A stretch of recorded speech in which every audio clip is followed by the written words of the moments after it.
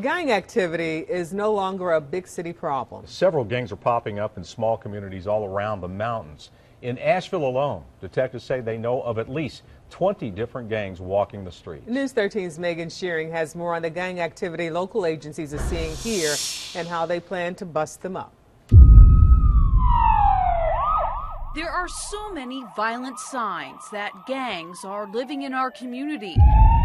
It was almost a year ago. 18-year-old Tommy Harrison Jr. was gunned down at Erskine Street Apartments. All right, I love that boy. He left out of my house. He just left from my house.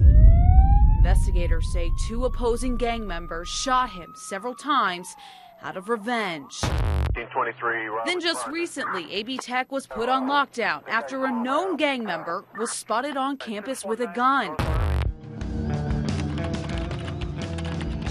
In North Carolina, we encounter MS-13, Sugarloaf Clique, Hidden Valley Kings. The gang activity in the mountains is so prominent these days, it's been documented by National Geographic. It's a wide assortment.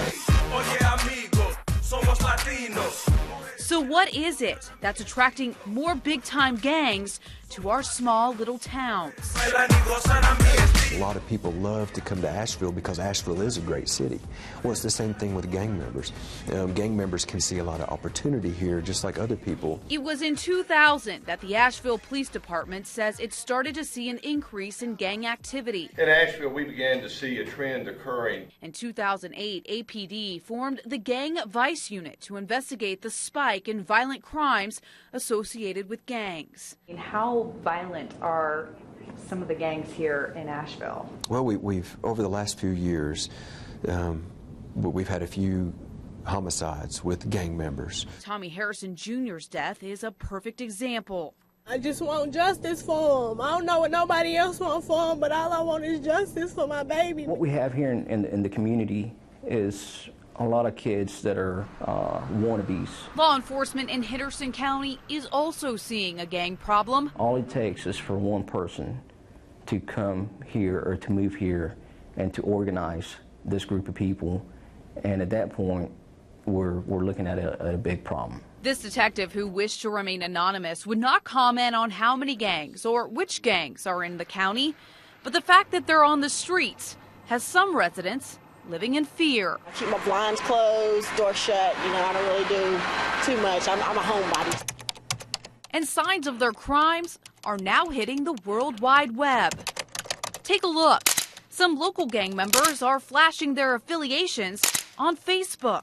Gangs identify themselves by numerous things. The most common is colors, as well as gang signs. Investigators say social media sites have become a popular place for gangs to communicate. You're going to see comments, obviously, of their activity that they're committing. Most gang members are usually between the ages of 16 and 25. The types of crimes they're committing vary.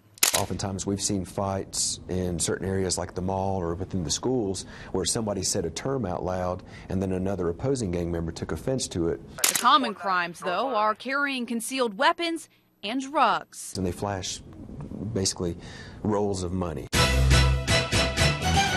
So how is law enforcement combating this growing gang problem? The gang problem is not something that we can arrest our way out of.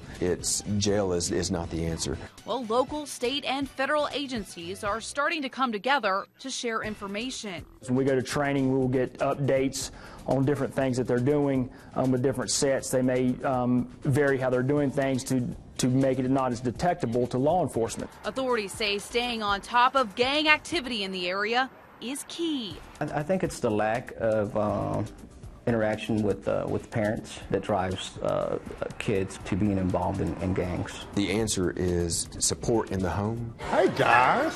Both Asheville and Henderson County authorities say it's important to teach the youth there are other options. So they're also working with community groups and schools to get the message across early. Know your kids, definitely, and know your kids' friends. Authorities say getting gangs completely off the streets may never happen. However, they say breaking up their small town popularity is something that is possible.